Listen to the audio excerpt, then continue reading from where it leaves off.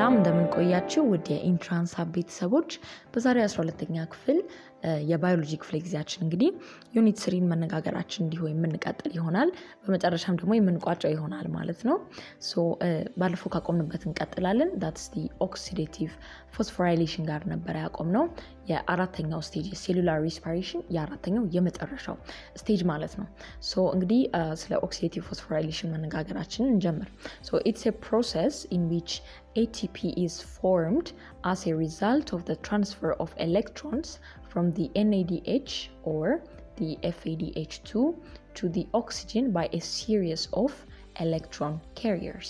ስለዚህ ኦክሲጅን እንግዲህ terminal electron acceptor በመባል የሚታወቅ ሞሌኪዩል ነው ያ ማለት ምን ማለት ነው የኤሌክትሮን የመጨረሻው አክሰፕተር ማለት ነው ሶ እንግዲህ oxidative phosphorylation በመንልበት ጊዜ general overview በመናደርግበት ጊዜ እንዴት ያለ ፕሮሰስ ነው የሚለውን በመንመለከትበት ጊዜ እንግዲህ የምናገኘው ምንድነው ATP formed የሚሆንበት የመጨረሻው ፕሮሰስ ነው it's a process in which ATP is formed ግን ይሄ ATP formed የሚሆነው ከየትኛዎቹ ሪአክሽኖች የተነሳ ነው የሚለውን በመንመለከትበት ጊዜ it's formed as a result of the transfer of electrons ስለዚህ ከኤሌክትሮን ትራንስፈር የተነሳ ነው ማለት ነው እነዚህ ኤሌክትሮኖች ከየት ነው የመጡት ከሁለቱ ሜይን ኤሌክትሮን ካሪየርስ ናቸው እነማን ናቸው NADH እና FADH2 ስለዚህ ከነሱ የመጡትን ወደ ኦክሲጅን የማስተላለፍ ስራ ነው ማለት ነው የሚሰራው so in the due process ATP ደግሞ ፎርምድ ይሆናል ማለት ነው so this process which takes place in the mitochondria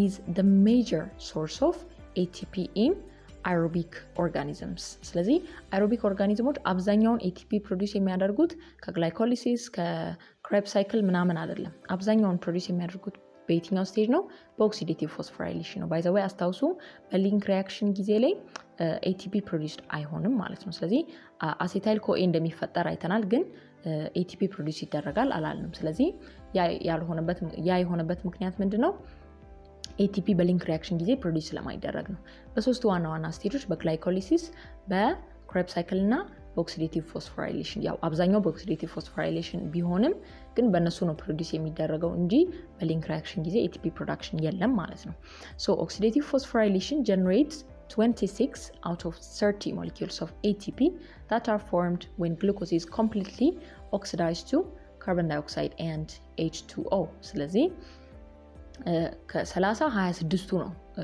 ፕሮዲዩስ የሚደረገው ATP ካለን እንግዲህ ምን ያክል አብዛኛው በሱ ፕሮዲዩስ እንደሚደረግ በዚሁ እንመለከታለን ማለት ነው ሶ አብዛኛው ፐርሰንት ATP ፕሮዲዩስ የሚደረገው በኦክሲዴቲቭ ፎስፎራይሌሽን ስቴጅ ይሆናል ማለት ነው ሶ እንግዲህ በዚህ ስቴጅ ላይ ሶስት ሜጀር ስቴፖች አሉ የመጀመሪያው ምንድነው oxidation reduction reaction ነው የሚካሄደው so the oxidation reduction reactions involving electron transfers between specialized proteins embedded in the inner mitochondrial membrane so what's the next stage the next step is the generation of proton that's hydrogen ion gradient across the inner mitochondrial membrane so which occurs simultaneously with the first step and the last one is the synthesis of ATP using energy from the spontaneous diffusion of electrons down the proton gradient that's generated in the second step so the NADH and the FADH2 formed during the glycolysis the link reaction and the last one that's the citric acid cycle or the Krebs cycle give up their electrons to reduce the molecular oxygen to water that's the H2O ስለዚህ እሱን ሪዲዩስ ለማድረግ ከዚህ የተወጣጡት ኤሌክትሮኖች ይመጣሉ ማለት ነው ከዛ the electron transfer occurs through a series of protein electron carriers the final acceptor being oxygen and the pathway is called the electron transport chain ስለዚህ electron transport chain ብለን የምንጠራው ከነዚህ ከNADH እና ከFADH2 ከግላይኮሊሲስ ከሊንክ ሪአክሽን እና ከክሬብስ ሳይክል ከሶስቱ የመጡት ኤሌክትሮኖች ወደ ኦክሲጅን በሲሪስ ኦፍ ፕሮቲን ኤሌክትሮን ካሪየርስ አልፈው ወደ ኦክሲጅን የሚመጡበትን pathway ነው ማለት ነው electron transport chain የምንለው and the function of the electron transport chain is to facilitate the controlled release of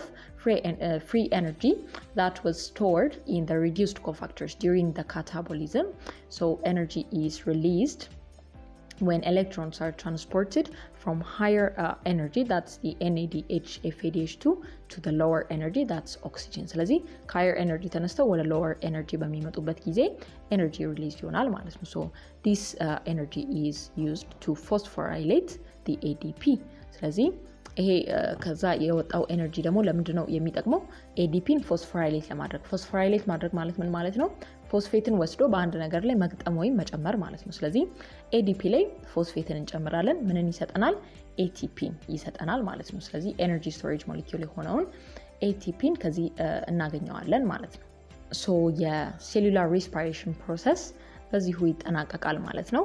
ሶ እንግዲህ እስካሁን ድረስ የተመለከትነው የአerobic respiration ነው እና ኢኩዌሽኑን ሳመራይዝ በምናደርግበት ጊዜ glucose plus oxygen gives us water and carbon dioxide and then energy is released. ስለዚህ ይሄን ነው የምናገኘው። ሶ በመጠን ባላንስድ በሆነ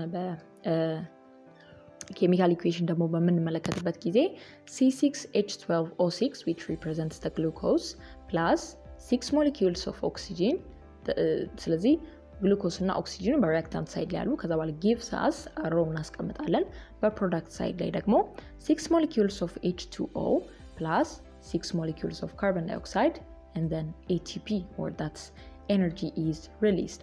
ስለዚህ ወደ አናኤሮቢኩ በምንመጣበት ጊዜ ደግሞ አናኤሮቢክ ፓዝዌይ ላይ እንግዲህ የምናገኘው fermentation ነው ማለት ነው። So in the process of glycolysis a net profit of 2 ATP was produced. So 2 NAD plus were reduced to 2 NADH and then the hydrogen ion and glucose was split into 2 pyruvate molecules. ስለዚህ ይሄ ሁሉ የሚካሄደው በየት ነው? በግላይኮሊሲስ ፕሮሰስ ላይ ነው ማለት ነው። So when oxygen is not present the pyruvate will undergo a process called fermentation. ስለዚህ ኦክሲጅን ከሌለ እነዛኞቹ ቀጣዮቹ ሶስት ፕሮሰሶች ያ ማለት ኤሌክትሮን ትራንስፖርት ቼንም ይሁን ክሬብስ ሳይክልም ይሁን ሊንክ ሪአክሽን አይቀጥሉም ማለት ነው። ስለዚህ ኦክሲጅን በሌለበት በአናኤሮቢክ ኬዝም ሊሰራ የሚችለው ብቸኛው መንገድ ግላይኮሊሲስ ነው ማለት ነው። ስለዚህ ፕሮዲዩስ የተደረጉት ሁለቱ ፓይሩቬቶች ያው ብሬክዳውን ይደረጋሉ ብለናል ግሉኮሱ ወደ ፓይሩቬቶች።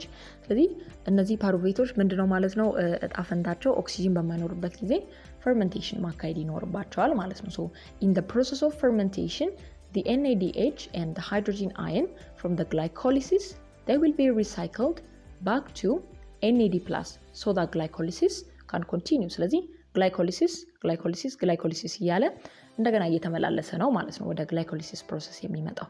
ስለዚህ NADH reduced የሆነው NADH እና ሃይድሮጂን አዮኑ ተመልሰው ወደ NAD+ ይቀየራሉ ማለት ነው። ያው ኤሌክትሮን ካሪየር እንደሆነ እናውቃለን። ስለዚህ መልሰው ወደ ሱነት ይቀየራሉ እንደገና ግላይኮሊሲስን ለማስቀጠልና ያው የተገኘችውን ሁለት ATP ፕሮዲዩስ ያደረጉ ለመቀጠል ማለት ነው።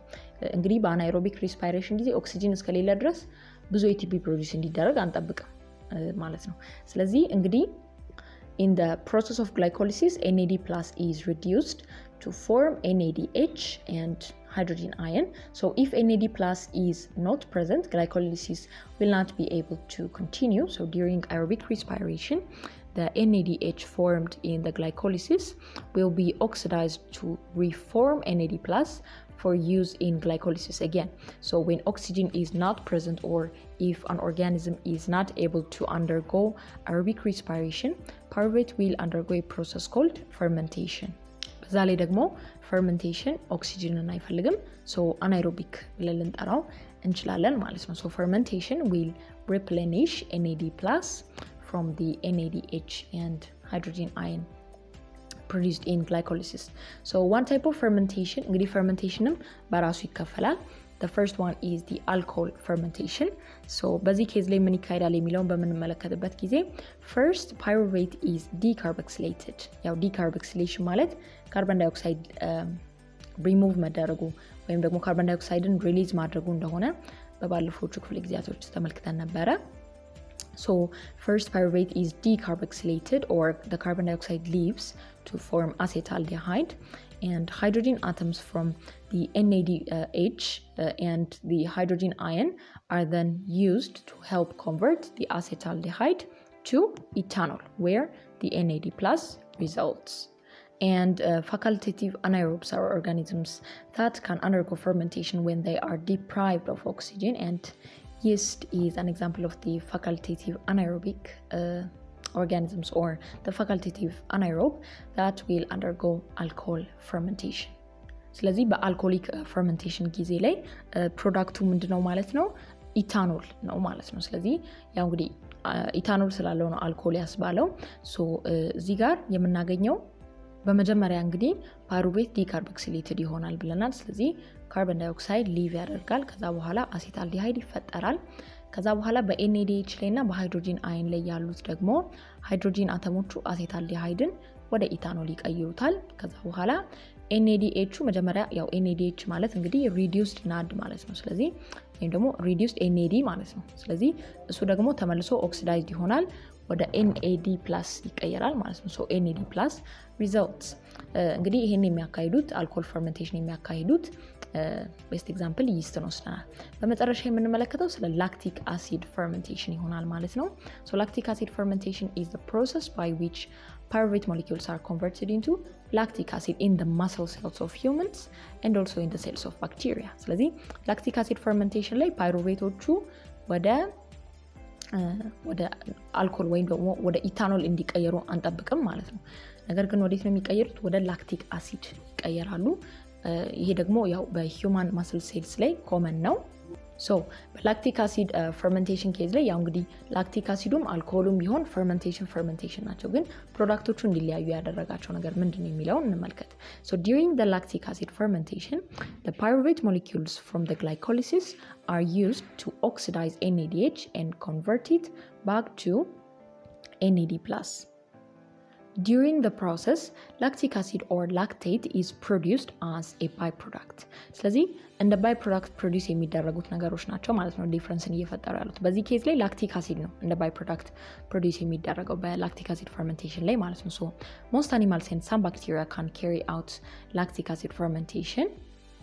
Animals use the process to regenerate NAD plus in the absence of oxygen, and anaerobic respiration doesn't produce enough ATP to power the entire organism, but it can be used to supplement the ATP levels in tissues like the muscle, where oxygen levels may drop quickly.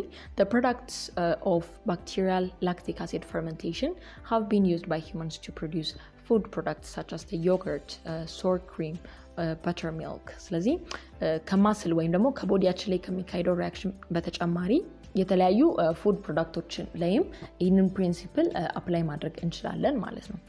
ስለዚህ ላክቲክ አሲድ ፈርመንቴሽን እንግዲህ ይሄንን ይመስላል።